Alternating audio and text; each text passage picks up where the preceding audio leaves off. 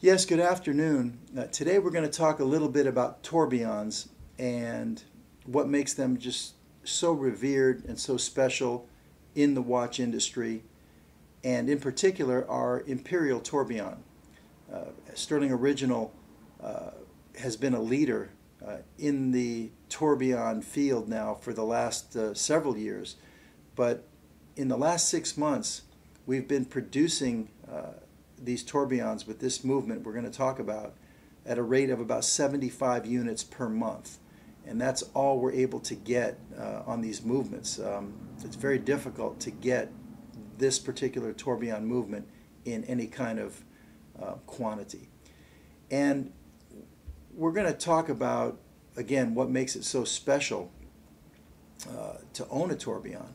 But this particular movement has 28,800 vibrations per hour, which comes down to 8 beats per second, whereas in its class, all the other tourbillons in the same class are 21,600, which comes down to 6 beats per second. So it's a very special movement, and we're very proud of it, and we're going to get into the details as to how to use this watch, and again, what makes a tourbillon just so special.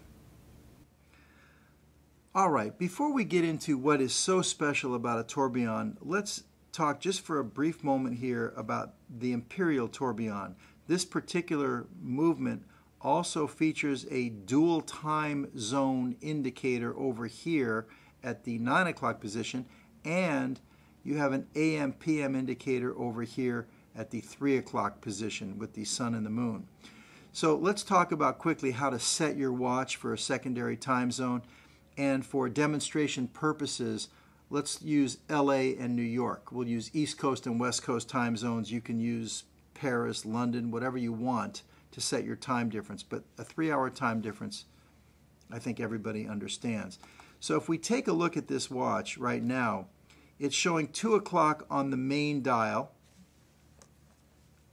okay, up here, 2 o'clock, and then down here, both time zones are at 2 o'clock and 2 o'clock. They're synced together. So let's say that it is 1 o'clock in Los Angeles, and let's say it would be 4 o'clock in New York, and you want to set your time zones. And by the way, you'll notice here at 1400, the sun is showing up here, so you know it's 2 o'clock. Here it's showing 2 o'clock here. The sun is out, so you know it's 2 o'clock in the afternoon, not 2 o'clock in the morning, all right? But let's say we want to set it for 1 o'clock in the afternoon in Los Angeles and 4 o'clock in New York. The first thing you're going to do is you pull the crown out to the 3rd position, which it is out now all the way. Here it's pushed in, and here it's pulled out. Now what you're going to want to do is you're going to want to set your secondary time zone first with this Imperial tourbillon. To do that, what you have to do is you have to rotate the time on your major time zone forward. Now we said we want to go for 1 o'clock in Los Angeles, which would be 1300. So right now it's at 14. We're going to have to go all the way around the dial. I would pick a time that would make us go all the way around. So you'll notice as I'm rotating the big hands forward, you'll notice this one is also coming forward. So we want to go all the way around till it's at 1300. To keep your eye on the subdial over here, it's almost up to 2400 or 12. Again, now both of them are at 12 o'clock straight up, but let's keep going. We said we want to set the LA time to 1 o'clock in the afternoon. So we got to keep bringing it forward. There's 4 o'clock in the morning. That's 5 in the morning. You see the sun is starting to come up at 6 in the morning, and we're going to keep bringing it, and we're at 10 in the morning, and we're almost getting to 1 o'clock in the afternoon.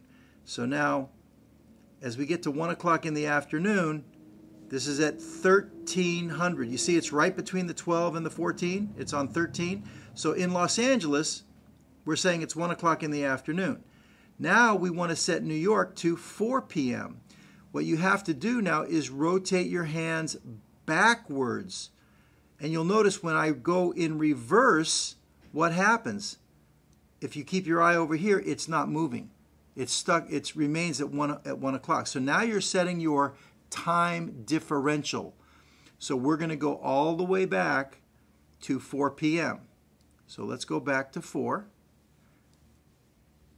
Okay, there's 7, 6, 5, and one more hour would be 4, right? So that's 4. But wait a minute. If we stop right there, that's 4 o'clock in the morning, because you see the sun is barely starting to come up and night is leaving. We said 4 in the afternoon. So we're going to have to go all the way around. You want to use your AM/PM display, your sun-moon indicator. We call that an animated AM/PM indicator. And come all the way around. Make sure you get yourself into the right AM/PM. And we got one more hour to go. And there it is. And now you have 4 o'clock in the afternoon in New York and 1 o'clock in Los Angeles. And what you're going to want to do is you want to push in your crown and give it a good winding. Isn't that just beautiful, watching the tourbillon cage rotating? And by the way, if you noticed, it has a pointer. This is actually acting as your seconds indicator as well. But once you have it there, you want to give it a good winding. Let me use my left hand for that. And when you wind it, here, you're going to wind it this way. There we go. It's a pure mechanical watch. It's not an automatic, which means you must manually wind the watch. When you start to feel resistance, that's a good time to stop, but you don't want to necessarily take it all the way, but you can wind it as far as you can feel it to go, and then don't force it. That way, it does have the capability of a full 40-hour power reserve, and you're winding the mainspring. I personally don't like to wind mine all the way. As long as I know I have at least 24 hours, it'll get me from day to day. But you can sit there and play with it at home, and you can wind it, and you can actually see the beautiful Côte de Genève decorations on the back. This is your barrel here, this main gear, where the spring is behind that actual gear. But and it is a limited edition. But now, so that's how it's going to work. You've got a dual time zone, animated AM/PM indicator, and the holy grail of watchmaking, a genuine tourbillon. Well, pretty impressive, huh? A genuine tourbillon. I hope that was educational for you. I hope that helped you to understand what makes the tourbillon just so special, so coveted, and so revered in the watch industry. And we hope that you will enjoy your Sterling Original Imperial Tourbillon.